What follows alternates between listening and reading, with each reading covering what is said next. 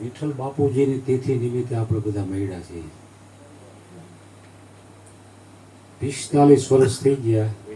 47 વર્ષ થઈ ગયા. કાંઈ ખબર પડી નહીં. સમય કેટલો બધો ઝડપથી ચાલ્યો જાય છે. અર્જુન બાપા વ્યા ગયા 98 માં 70 વર્ષ તો એને થઈ ગયા. 78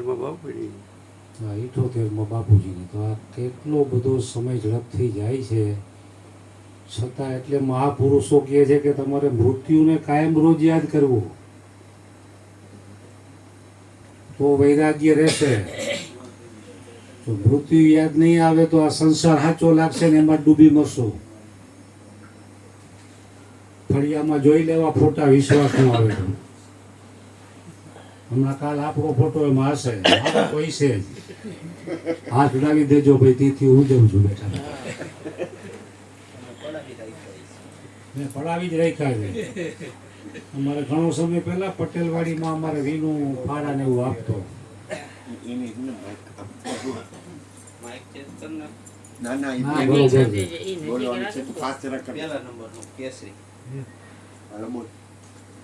પટેલવાડી વાળા ફાળો લઈ જતા એટલે અમારા બા બાપુજીના ફોટા હતા અહીંયા.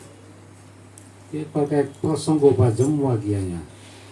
તો વિનુને કીધું આપણા ત્રણેય ભાઈના ફોટા આકાંથી રગાડીને હાથ પહેરાવી દે.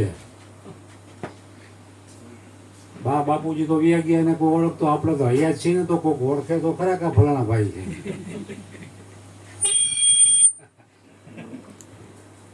એટલે આ બધું તો એવું છે ભાઈ, સમય બહુ ઝડપથી ભાગી રહ્યો છે. સમય કોઈની રાહ જોતો નથી. કોઈ પણ ગમે એવો ચમરબંધી હોય તો સમય એની રાહ જોતો નથી. અબ ના બની તો કબ બનેગી, તેરી જનતા તુજે ફિર નહીં જણેગી. કારણ કે આ મનુષ્ય જન્મ મળ્યો છે જ પરમાત્માની પ્રાપ્તિ માટે, અને આપણે ગાફલાઈમાં રહી જાય છે કે કાલ કરશું ને, કાલ કરશું ને, ત્યાં ઢોકળું ઢરી ગયું હોય. આપણા ગુરુજી અર્જુન બાપાએ પણ વાણીમાં કીધું, આ અવસર છે હરિ મળવાનો, ફેર મિલન નહીં આયો, ફેર મિલન નહીં આયો. કારણ કે અવસર છે ને એ પરમાત્માની પ્રાપ્તિ માટે જ મેળ્યો છે. બીજું ત્રીજું બધું અભેરાય ચડાવવા જેવું છે, નહીંતર એમાં ને એમાં સમયની બરબાદી થઈ જશે.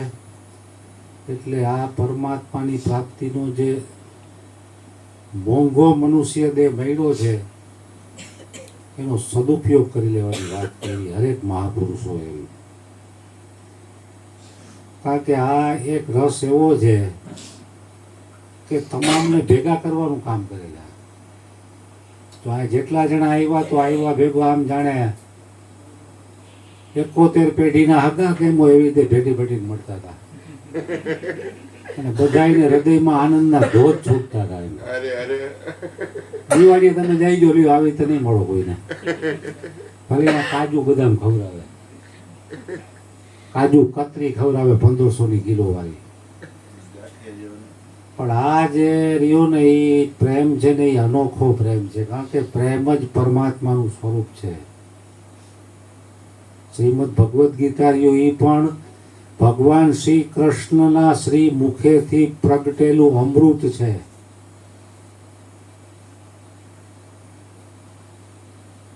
પ્રેમનો રસ કૈયામાં ન આવે, એ કૈયામાં ન આવે. જે જો જાને વહી પહેચાને, ગુંગા ગુડકા સ્વાદ ક્યાં બખાને, वो तो समझ समझ मुस्कावत है. એટલે જો નિરાત મહારાજે પણ એક વાણીમાં કીધું, હરિ નામ સુધારસ પીજી. બોલો બધે, હરિ નામ સુધારસ પીજી, હરિ નામ સુધારસ પીજી. હરિ નામ સુધારસ પીજીએ.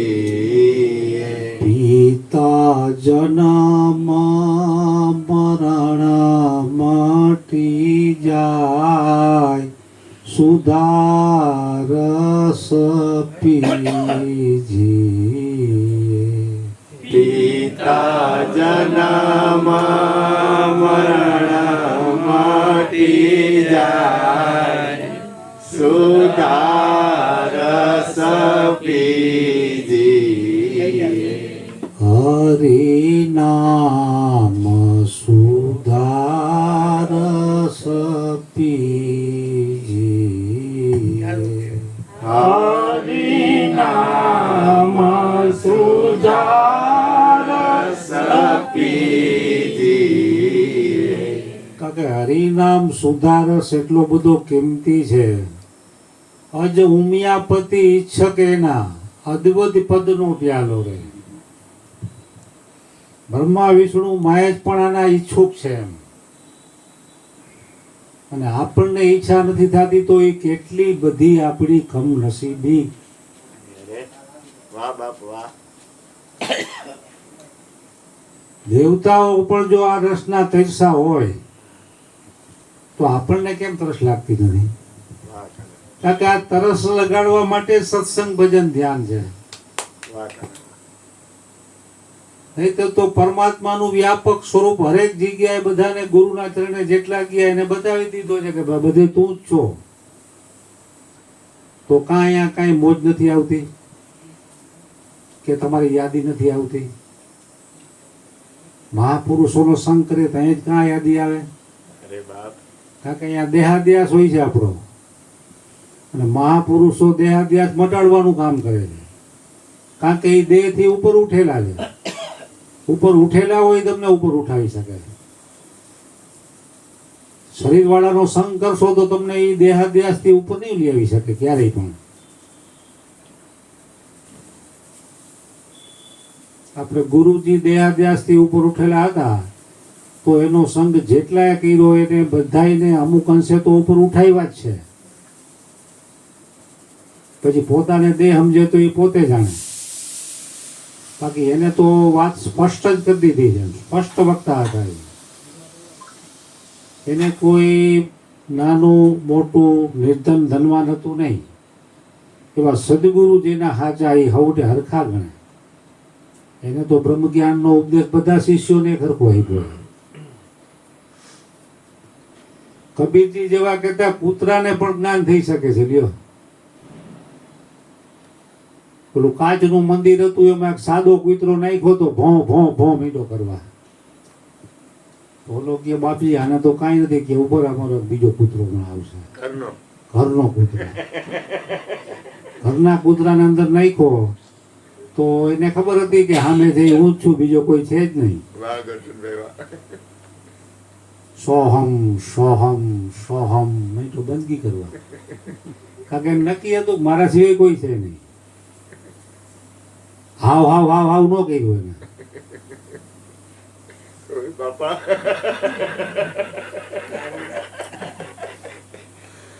એ તો આપણે ભૂતકાળની વાત છે. વર્ષો વયા ગયા. કબીર સાહેબને 500 વર્ષ થઈ ગયા.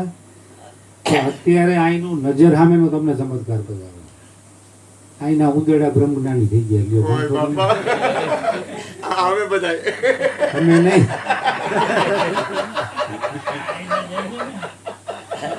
તમે ગમે એવું પાયલું ખોટાનું મોકલો ઉંદેડો નહીં આવે. ગેરંટી. પાંજરામ નો આવે. કારણ કે ઉંદેડા અહીંયા 40 વર્ષથી સત્સંગ સાંભળે. મકાન જૂનું હતું ત્યાં વધારે હતા. હવે તો એનું પ્રોડક્શન મોટા પાયે. પછી એ બીજાને ઉપદેશ કરતા હોય ને ચાંદર હોય ટીવીમાં, એને ચેલા બેલા હોય. એટલે આ તો નજર સામેનો દાખલો કે અહીંના ઉંદેડા પણ બ્રહ્મ જ્ઞાની છે. લ્યો, કોઈ ખબર ન થઈ ગયો તમે. તમારા ઘરનો ઉંદેડો પકડી લેવો તમારી ઘરે પાંજરામાં આવશે પણ અહીં નહીં આવે.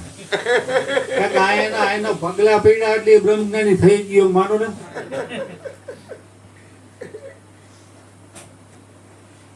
કબીર સાહેબે તો કૂતરાને લઈને અહીંયા જ્ઞાન કર્યું. કૂતરા વચ્ચે આ ઠેઠ અંદર લગી દૂધ પીવા આવતા લ્યો. હા એકવાર આ અંદર આવી ગયો તો કૂતરું બે થઈ ગયું. 3 વાર આવી ગયો. બાપુ ક્યારે બહાર કાઢો પણ ઓલાને ખબર છે કે આ બ્રહ્મજ્ઞાની સિવાય કોઈ મને દૂધ પાહે નહીં. તો આટલી બધી પરાકાષ્ઠા એ મહાપુરુષોનું જ્ઞાન છે. હરિ નામ સુધારસ પીજે. કાકા સુધારસ એવો છે કે જેમ પીઓ એમ ભૂખ ખુલે. તમારા બધાની ભૂખ ખુલે તે તો તમે આવો છો. નકર એકની એક વાત છે એટલે રોજ આવવાની શું જરૂર? યુટ્યુબના માધ્યમથી ને માણસો સાંભળી લે છે. આ રોટલા રોજ ખાય તોય કા ખાય છે. તો ખાઈ એમાં તો શરીર ટકાવી રાખવું પડે એટલે આ તો આત્માનો ખોરાક છે. આ આત્માનો ખોરાક છે. હરિ નામ સુધારસ પીજે, પીતા જન્મ મરણ મટી જાય. લ્યો કે જન્મ મરણ કાંઈ એમ મફતમાં મટી જાય એવું નથી કાંઈ. એના માટે અભ્યાસ જરૂરી છે સત્સંગનો. મહાપુરુષોના દર્શન અને સત્સંગ અત્યંત આવશ્યક છે, સામાન્ય નહીં. બીજું બધું અનાવશ્યક છે. બીજું બધું તમે નહીં હો તોય થઈ જાય, પણ સત્સંગ તો તમારે ખુદ જ કરવો પડશે. એમાં બીજો નહીં હાલે, ઘરવાળી નહીં હાલે. ભલે 50 લાખનો ખર્ચો કરી લગ્ન કર્યા હોય, પણ તમારે ખુદ જ કરવો પડશે સત્સંગ. નહીતર આ જીવનું કલ્યાણ થાય એમ નથી. એમ નાની માનું ઘર નથી આ કે તમે એક દી ઉપદેશ લીધો ને આ જય ગુરુ મહારાજ મને જ્ઞાન થઈ ગયું, તો આખું બ્રહ્માંડ બ્રહ્મજ્ઞાની થઈ ગયું હોય. मुनि शार्दुल श्री वशिष्ठ जी महाराज कहते हैं कि राम जी,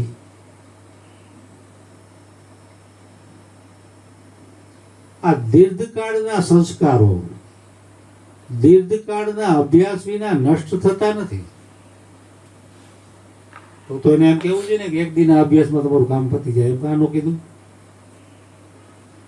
હે રામજી, આ દીર્ઘકાળના સંસ્કારો દીર્ઘકાળના અભ્યાસ વિના નષ્ટ થતા નથી રામજી. આના માટે કાયમ માટે સત્સંગ જરૂરી છે. કારણ કે સત્સંગનું સુખ છે ને એ ક્યાંય તોલી શકાય એવું નથી, એનું વર્ણન પણ થઈ શકે એવું નથી. છતાંય મહાપુરુષો એની ચાંચ બોલી એટલું વર્ણન કર્યું છે. કારણ કે વર્ણન કરવાથી બોલવાવાળાની જીભ પાવન, સાંભળવાવાળાના કાન પાવન. हरि नाम बोलने से तुम्हारी जीभ पावन होती है, हरि नाम सुनने से तुम्हारे कान पावन होते हैं, और हरि नाम में झूमने से तुम स्वयं पावन होते जाते हो भैया.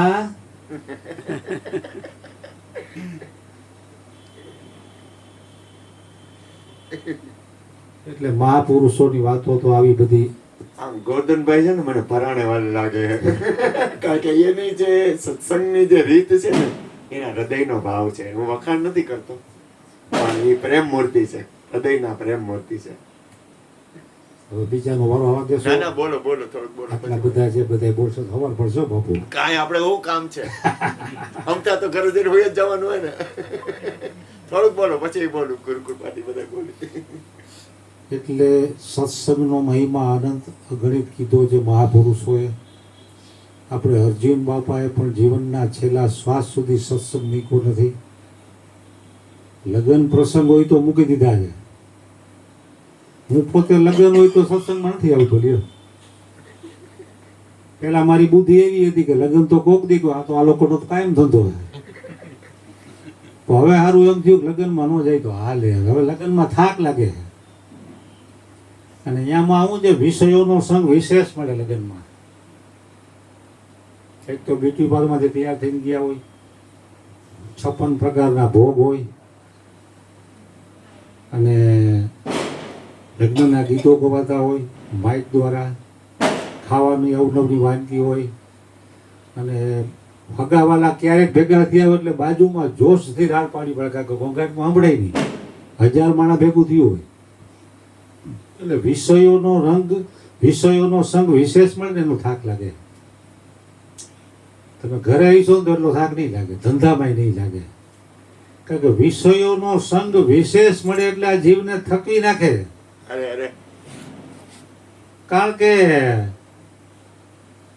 વિષયોનો સંગ એટલો બધો ખતરનાક છે. અષ્ટાવક્ર મુનિ કહે છે કે હે જનક, જ્યાં સુધી તમે વિષયોનો સંગ તજશો નહીં ત્યાં સુધી તમને સાક્ષાત બ્રહ્માજી આવીને ઉપદેશ કરે, સાક્ષાત વિષ્ણુ આવીને ઉપદેશ કરે કે સાક્ષાત શિવજી આવીને ઉપદેશ કરે તો પણ તમને પરમ સુખ પ્રાપ્ત નહીં થાય. જનક પાસે તો રાજપાટ હતું, એના પ્રમાણમાં તો આપણે ભિખારી હોય, છતાંય જનકના ગુરુએ જનકે કેમ કીધું અષ્ટાવક્રને કે વિષયોનો સંગ જ્યાં સુધી તમે કરશો ને ત્યાં સુધી તમને અખંડ સુખ પ્રાપ્ત નહીં થાય. વિષયોના સુખ છે ને એ બધા ક્ષણિક છે.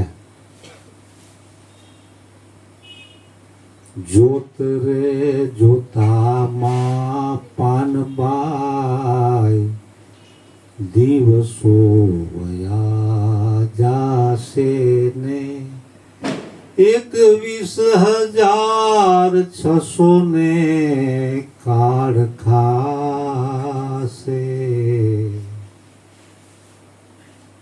પછી હમણાં આપણે જૈન માતાથી આપણે ગઈઢા થઈ ગયા, કાંઈ ખબર ન પડી. ધર્મહોલમાં જમવા ગયા તો દાડો તૈયાર થઈ ગયો, જબરમાં ગયો તો પછી આપ્યો આવું તો છે ને હાલે ખાઈ લઉં કઢી ખીચડી ખાધા ને દાડામાં શું હોય બાપુ બીજું? હા વાત તો કઈ એકવાર લગ્ન પ્રસંગમાં જવાનું હતું, હા તો બૈરાવ કે તમે જાઓ ને અમે ભડકથી આવશું.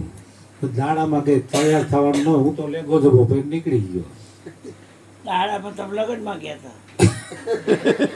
લગ્ન ને બધું ઉપર કોકને હગાઈ જેવું કઈ પ્રસંગ હતો. એટલે મેં કીધું હવે પગથિયા મારે ક્યાં ચડવા, નીચે ગયો તો એક ભાઈ કોક દૂર દૂરનો જાણીતો હતો, એટલે લગભગ આગ લાગે.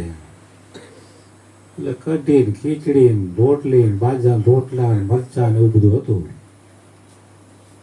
એટલે મેં તો જમવા બેસી ગયો. તો ઓલા ભાઈ ગયા, ભાઈ કોક અજાણ્યા મને કે તમે દાડામાં આવ્યા કે લગ્નમાં? મેં કીધું મને તો હું તો લગ્ન હગાઈમાં આવ્યો. મને કે ઉપર તો બાપુ. મને કે હવે જમી લ્યો ને, કાંઈ વાંધો નહીં, કે જમી લ્યો તમે તમારી, કે હવે આપણે ભાડી બદલાઈ નથી કે તમે જમી લેજો. ઘરના મને કે તમને એટલી ખબર ન પડે દાડામાં લગ્નમાં હગાઈમાં જાવ છો, સીધા સીધા ધોઈડા જાવ છો ગમે. તો આપણે ગમે જમવાથી કામ છે ને. હવે ભાઈ ભલે વાત કરી મોટું કર્યું. તો આપણે હવે ગમે જમવાથી કામ છે ને ભાઈ. લગ્નમાં જાય દાડામાં જાય, શું ફેર પડે એમાં? પેટને ભાડું આપવાની વાત છે ને.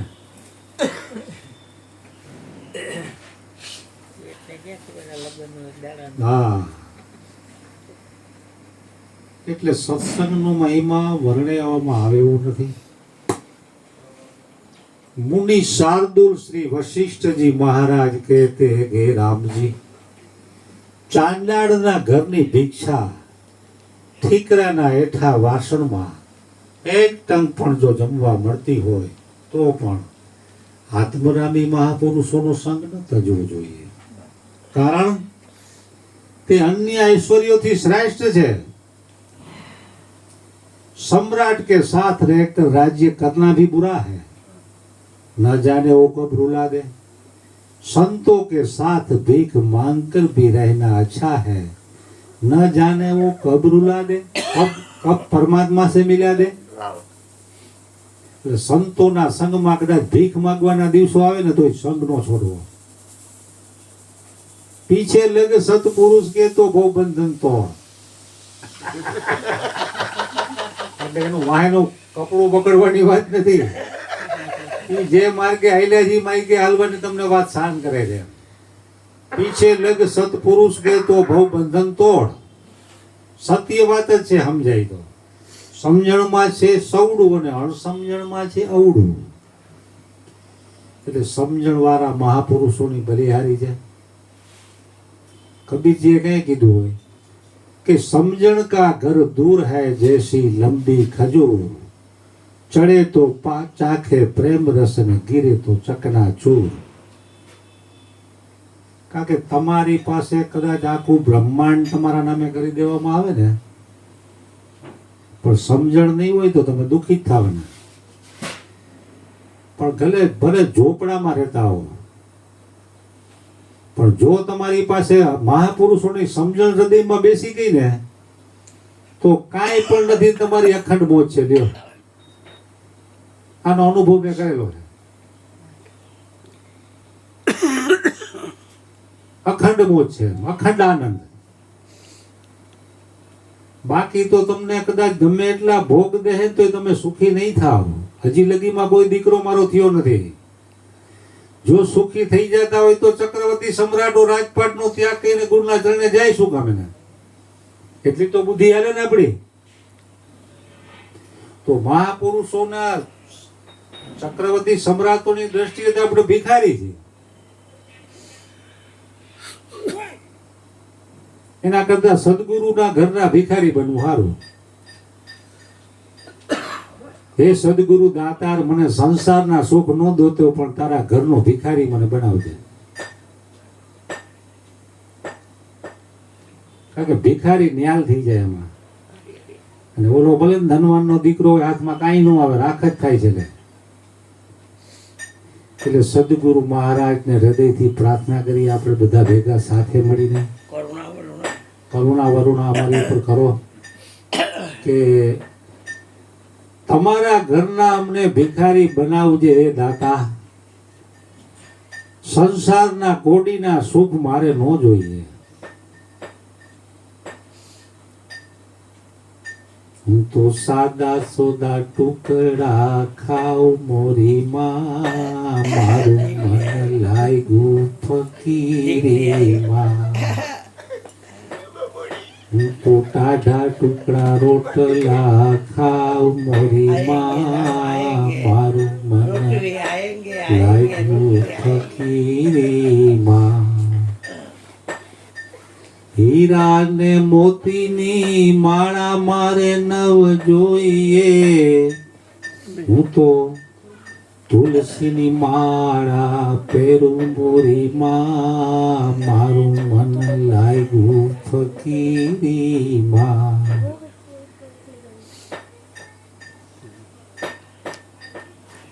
ये फकीरों की मौज खुदा की हस्ती से कुछ कम नहीं है. ગુરુએ કીધું ને કે એ લાખા ગુરુએ પોતાના જેવો કીધો. એટલે ફકીરોની મોજ જે રહી ને એ ખુદાની હસ્તીથી કમ નથી. એમ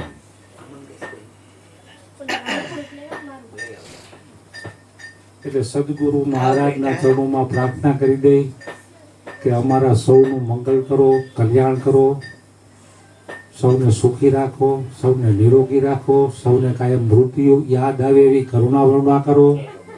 કારણ કે તમે શરીર તો લઈ લીધું છે, પણ અમે એમ કાંઈ માની એવા કમ નથી બાપા. તમે કાઠલો પકડીને પડાવીને નીચોઈ નાખો, ત્યાં જ અમે સીધા દોડ થાવું. બાકી એમ કાંઈ અમે કાંઈ જેમ તેમ ખાધા જાય એમ નથી કે બાપુ. તમે છે ને અમારું શરીર ઉપાડી તૈડી મૈડી નીચોવી નાખો, જેમ ઓલા શેરડીના હાઠા નીચોવે, ત્યાં અમે સીધી ના થાશું. એવી હે દાતાર, તમે અમારી ઉપર કરુણા વરુણા કરો. અને યુટ્યુબના માધ્યમથી પણ જેટલા સત્સંગીઓ જોતા હોય એ બધાઈને પણ સદગુરુ મહારાજને હૃદયથી પ્રાર્થના કરવાની કરુણા. સદગુરુ મહારાજની જય.